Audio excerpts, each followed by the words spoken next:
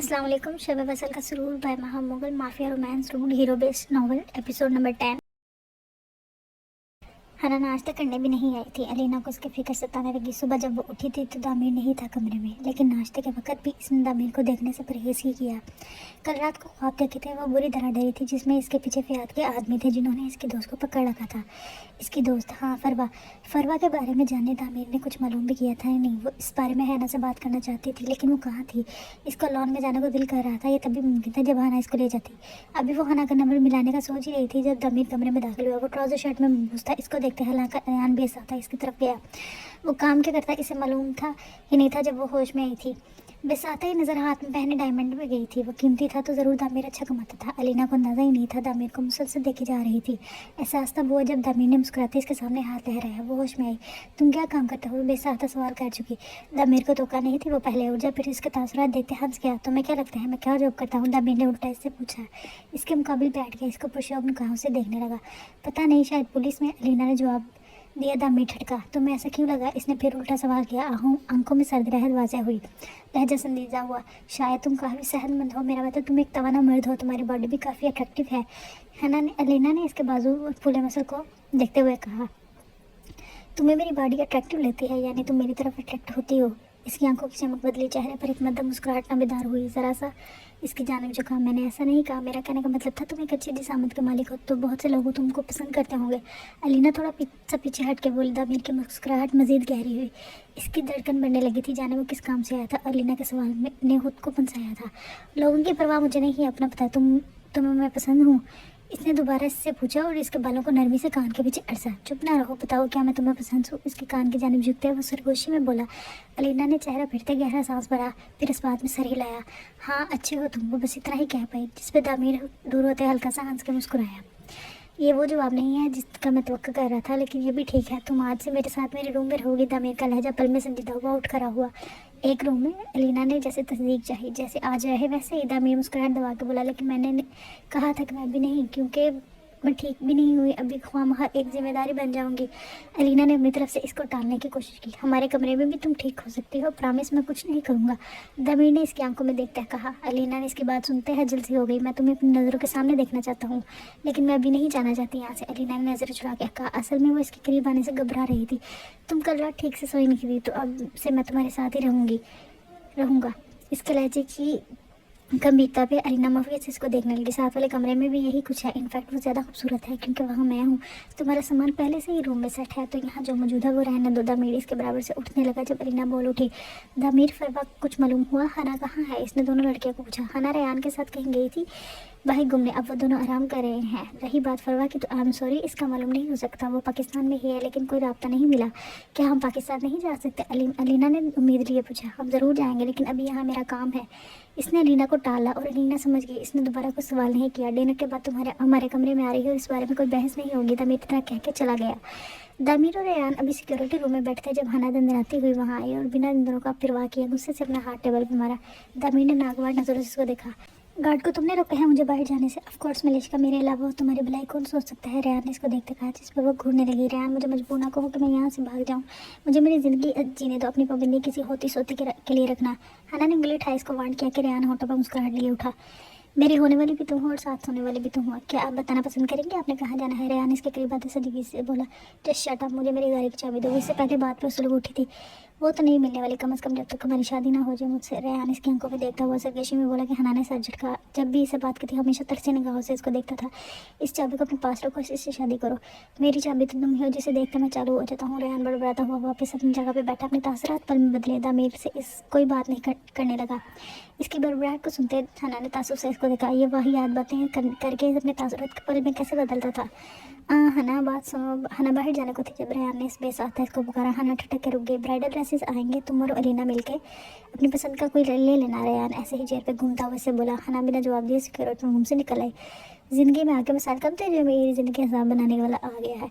ये बड़बड़ाते हुए लिविंग एरिया में है जहाँ अलीना पहले ही काउच पे पाँव सीधे किए बैठी थी। क्या हुआ? अलीना ने इसके बुरे मूड को देखते हुए पूछा। इस वक्त वो गोद में रखे ट्रे से फ्राइज खा रही थी जो दामी ने इसके लिए दिए थे। कुछ नहीं, इतना क्या कि वो फासले में बैठ गई। कल तुम रेहान के साथ वही गई थी, कैसा रहा डिनर? हालांकि लंबी खामोशी के बाद अलीना ने खुद ही इसको मुखातिब किया। हाँ अच्छा गया। एक्चुअली यू नो व्हाट, अब हम ब्राइडल ड्रेसेस सिलेक्ट करते हैं। रेहान ने बताया था कि स्टाइलिश आने वाली है। हना ने अपना मूड पल में बदला। कब है तुम दोनों की शादी? अलीना फ्राइज की ट्रे साइड पर रखती हुई बोली। तुम इनमें से कुछ भी तवक्का लगा सकती हो। मुझे रात रात नींद से उठा के भी कह सकते हैं कि मेरी शादी है अनप्रडिक्टेबल। हना ने कहते इसकी हैरानगी भी छोड़ा और खुद मोबाइल निकालने से कुछ देखते ही चिक्कर लगाने लगी।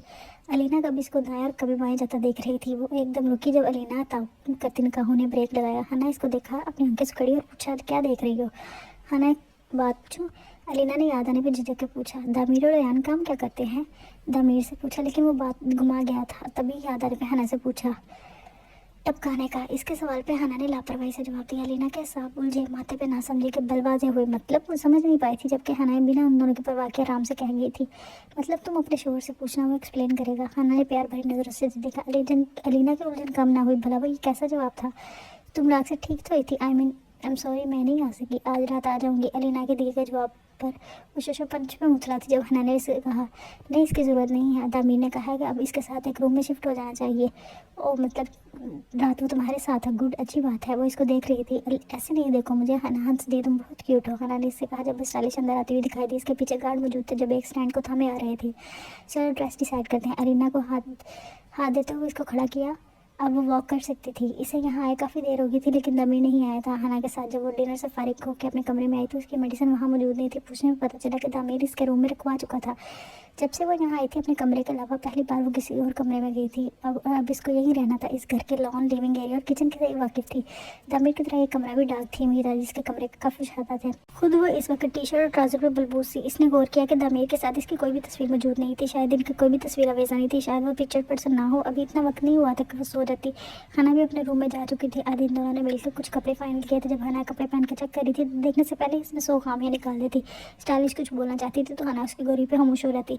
एक दो दफ़ा तो इतना सर्द लहजा अपना गई कि वो डर गई थी। आ जाके इसको अपनी पसंद आ ही गया जिसको इसने बिल्कुल नया तैयार करने को कहा। जो इसको बिल्कुल पसंद आया था बिल्कुल वैसा नया बनाया जाए। ये ट्राइड ड्रेस इसको पसंद नहीं थे ना वो पहनना चाहती थी। सोफे पे बैठे वो बेजार होने लगी तो ड्रेसिंग रूम में वार्डरोब के करीब चली गई ताकि अपनी साइड देख सके। इसे जब यहाँ रहना था तो सारी सेटिंग भी देखनी थी। इससे पहले वो अपना कबर्ड का दरवाज़ा खोलती। आधा खुला कबर्ड का दरवाज़ा ऐसे ही छोड़े वापस कमरे में आई। जब दरवाज़ा नॉक होते कोई अंदर आया। यहाँ क्या कर रही? दामीर था। कुछ नहीं, बस ऐसे अपनी चीज़ें देखने आई थी। अगर कमरे में कोई तब्दीली करनी है तो शौक से कर सकती हो। दामीर ने इसको कमरे की जानब इशारा किया। अलीना ने फिर में सर हिलाया। नहीं सब कुछ ठीक है, कुछ भी बदलने की ज़रूरत नहीं है। अलीना मुस्कुराई जब दामीर ने इसको आंखों में झांका। मुझे भी नहीं, वो पूछ रहा था। नहीं तुम्हें क्यों बदलने की ज़रूरत है? अलीना धीमी लहजे में बोली। कायम रहना अपनी बात में, दामीर ने जोर दिया।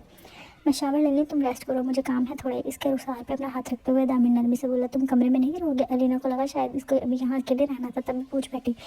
बेबी मैं यही होऊंगा तुम्हारे पास, इसी रूम में तुम्हारे करीब, बस इस चीज़ का फ़र्क होगा। दामिन ने इसकी परेशानी को भांपते हुए कहा। क्या? अलीना फ़ौरन बोली। मेरी आगोश में तुम्हारे बजाय लैपटॉप होगा। कान करके इसकी सरगोशी सुनते अलीना खजल सी होगी। So good and get some sleep princess. इसका चेहरा था। मैं रुखसार पे होंठ रखते अलीना बैठ बोला तो अलीना बैठ के देने पर दामी ने नरम निगाहों से इसको देखा। क्या वो इससे मोहब्बत करने लगेगी? अगर मोहब्बत हो भी गई तो कैसा वापस याद आने पे इस तरह नॉर्मल रहेगी ज़िंदगी? ये बात परेशानी की थी।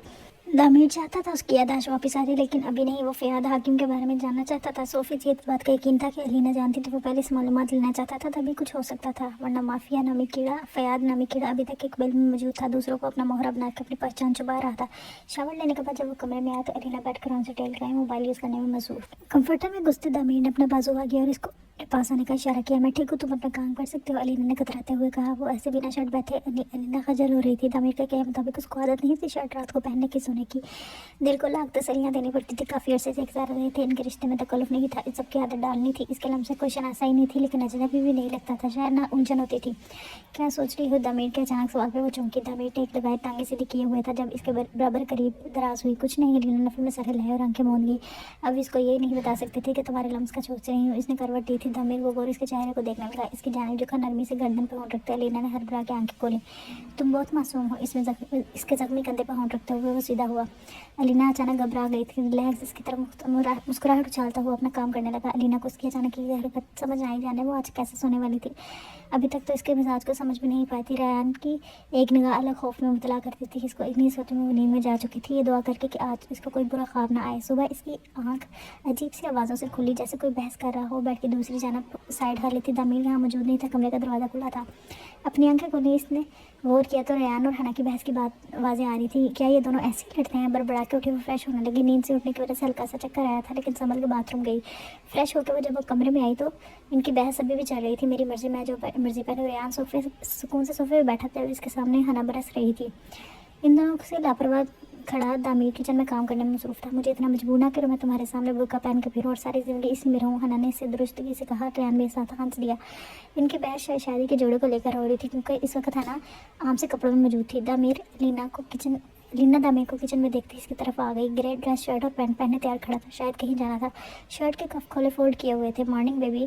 दामिर इसके आगे बढ़ते हुए इसको अपने साथ लगाया, गर्दन को छुआ। मॉर्निंग वो मुश्किल बोली और अपना ध्यान दोनों की तरफ किया जो अब अलग मौजू पर बहस कर रहे थे। इग्नोर करो, वो दोनों ऐसे ही हैं। दामिर ने अलीना से कहा। वो नाश्ता बना चुका था। अलीना अपना और अलीना का नाश्ता पकड़ डाइनिंग टेबल तक आया और इन दोनों की प्लेट्स रखी। अलीना के लिए कुर्सी पीछे की ताकि वो बैठ सके। रेयान और हना एक दूसरे के सामने ऐसे खड़े थे जैसे अभी दोनों की जान ले लेंगे। रात को नींद कैसे आई? दामिर ने इससे पूछा। वो पुरसुकून थी, इसने अच्छी नींद ली थी। आज इसने कोई बुरा ख्वाब नहीं देखा था। वो बेसुकून नहीं हो पाया था। चेहरे पर खुद ब खुद मुस्कुराहट आ गई। मैं सुकून में थी। इसके चेहरे की खुशी देखते दामिर मुतमईन हुआ। अच्छी बात है, अब जल्दी से नाश्ता ख़त्म करो, मुझे और रेयान को किसी ज़रूरी काम से जाना है। हना घर पर ही होगी, अगर कोई इशू हुआ तो मुझे कॉल कर सकती हो। अपना नाश्ता वो मुकम्मल कर चुका था, लेकिन अलीना शायद इस बात पर ध्यान नहीं दे रही थी। आज सुकून से सोई थी, इस सोचने पर वो पुरजोश थी। नाश्ता मुकम्मल करो प्रिंसेस, दामिर ने इसको मुतवज्जा किया। क्या कोई ऐसी बात है जो तुम मुझसे शेयर करना चाहती हो? नाश्ते के दौरान दामिर ने सरसरियत पूछा। अलीना ने इसको देखते नफ़ी में सर हिलाया। लव बर्ड्स लड़ाई हो गई हो तो ज़रा इतला कर दे, फिर हमें बाहर जाना है। दामिर ने रेयान और हना की जानिब देखते हुए कहा। जुबान संभाल के दामिर के लव बर्ड कहने पर हना तड़क के बोली। दामिर बिना परवाह के अपने प्लेट वगैरह अंदर रख के और अपनी वेस्ट बेल्ट पहनने लगा। वो मुकम्मल ड्रेसअप था। ऐसी तैयारी लीना ने पहली बार देखी थी। इस वक्त लीना को वो एक हसीन मर्द लगा था जो अपने चेहरे पर सर्द तासुरात सजाए हुए रखे था। इनकी आंखों में बर्फीला सर्दपन जबड़े सख्ती से बेचे हुए थे। शाम तक आ जाऊँगा, अपना ख्याल रखना। इसके सर को होले से छोड़ते हुए रेयान की जानिब बढ़ा। पहले इसके ये बीवी वाले अंदाज बाद में रखो ताकि अपने शोहर वाले अंदाज में तुम्हें चुप भी करवा सकूँ। रेयान ने इसको शरीक लहजे में कहा और बाहर बढ़ गया। हना ने कहा था ये दोनों टपकाने का काम करते हैं, तो क्या दोनों किसी फोर्स में हैं? इतनी सिक्योरिटी को देखते अलीना बस सोच ही पाई थी, जबकि हना का खून खोल उठाता है। यानी से शादी के जोड़े पे बहस कर रहा था जो कॉकटेल स्टाइल में था। पहनना तो इसने ये नहीं था, लेकिन फिर भी वो इसको भड़का रही थी। क्या रेयान को तुम्हारा ड्रेस पसंद नहीं आया? अलीना दबे कदमों से चलती हुई किचन काउंटर के करीब रखे स्टूल पर बैठ गई। पसंद कुछ ज़्यादा ही पसंद आया था जो मुझसे ऐसी छोरी फरमाइशी कर रहा था। तुम दोनों अच्छे लगते हो एक साथ, अलीना ने तबसरा किया। हना अपना मूड फ्रेश करने के लिए अलीना को भी लान की तरफ ले आई। थोड़ी वॉक करने लगी। अलीना, तुमने बताया था कि तुम वेकेशन पे स्विट्जरलैंड गई थी, कि ये सब कुछ लोग तुम्हारे पीछे थे। घर के एंट्रेंस में वो जो सीने पे बैठी हुई थी जब हना ने बात शुरू की। कौन थे वो लोग? क्या तुम जानती हो उनको? हना ने इससे पूछा। वो दोनों बैठी हुई थी जहाँ सामने लॉन का खूबसूरत एरिया नज़र आ रहा था। मैं नहीं जानती, हम खुश थी वहाँ। मेरी दोस्त फरवा थी साथ, मेरे अच्छे दिन गुजर रहे थे। पीछे अचानक कोई तूफान आ गया, फरवा पता नहीं कहाँ चलेगी। अलीना ने धीमे लहजे में कहा। क्या फरवा की किसी से दुश्मनी थी? हना ने पूछे। अलीना नफ़ी में सर हिलाया। ऐसा कुछ नहीं, वो बहुत अच्छी लड़की थी। हमारी दोस्ती को भी बहुत वक्त कम हुआ था। ऐसा लगता था अभी कल की ही बातों पर देखो कितना कुछ बदल गया है। तुम रेयान को कब से जानती हो? अलीना ने कहा। कुछ ही देर हुई है। तो तुम यहाँ कब से हो? मेरा मतलब फैमिली वगैरह में कोई और है? अलीना ने जिदे कर पूछा। जब से इसे जानती हो तब से यहाँ फंसी हुई हूँ। वो बड़बड़ा के बोली। मेरी फैमिली में मैक्सिको के अलावा तुम हो? हना की बात पर अलीना चौंकी। क्या वो इसकी बहन थी? इसने पहले क्यों नहीं बताया? अंकल ने कभी मुझे तुम्हारा जिक्र नहीं किया। क्या तुम मेरी बहन हो? अलीना खुशगवार है आती बोली। ये सवाल करते इसकी धड़कन एकदम रुक के चली। आंखों में चमक उभरेगा। हना हल्का सा मुस्कुराया, फिर इसकी जानिब देखा। तुम बहन से बढ़ के हो। मैं शुरू से तुम्हारे साथ तुम्हारे बारे में जानती हूँ। अंकल ने तुम्हें स्विट्जरलैंड के ट्रिप के बाद बताया था, लेकिन जब तुम्हारी याददाश्त वापस आ रही थी तुम्हें याद आ रहेगा। क्या तुम इतना हॉस्टल में रही हो? अलीना ने पूछा। हना ने नफ़ी में सर हिलाया। मैं शुरू से उनके साथ रही हूँ, लेकिन जब से तुम आई थी तुम अच्छी ज़िंदगी देना चाहते थे, तभी उन्होंने एक गवर्नेंस रखी थी तुम्हारे साथ जो रहती थी। लेकिन तुम मुझे इतने साल क्यों छुपी रही?